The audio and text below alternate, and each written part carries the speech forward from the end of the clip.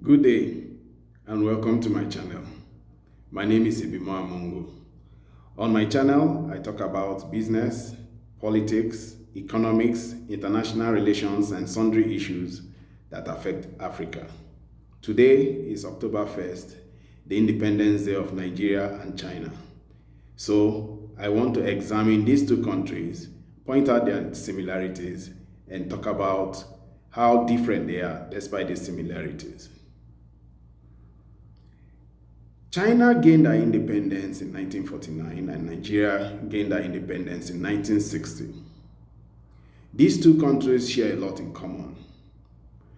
And these similarities include the fact that both are the most populated countries on their continent, both have the largest economies on their continent, both are made up of very different ethnic groups, and both have different geophysical landscapes.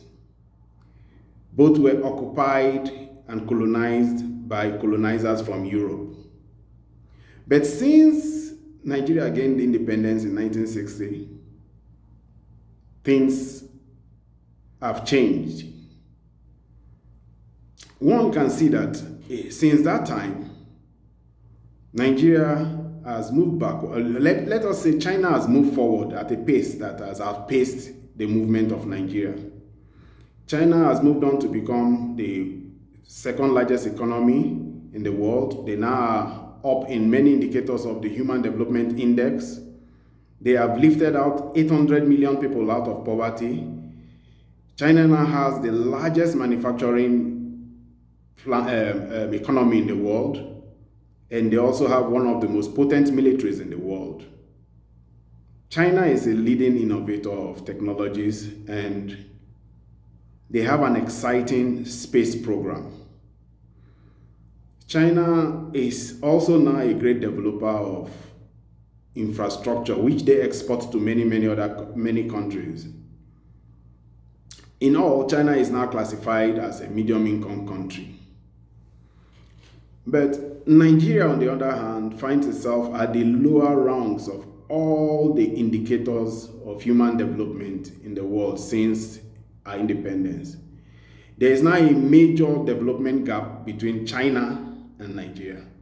So the question is, why are these two countries so fundamentally different? Let me start by saying that Nigeria is a recent historical creation. Nigeria came into being just about 100 years ago. But the Chinese, however, have been for over 3,000 years. So they have a shared history that is so long, and they have forged a common identity over this time because they've gone through so many things together.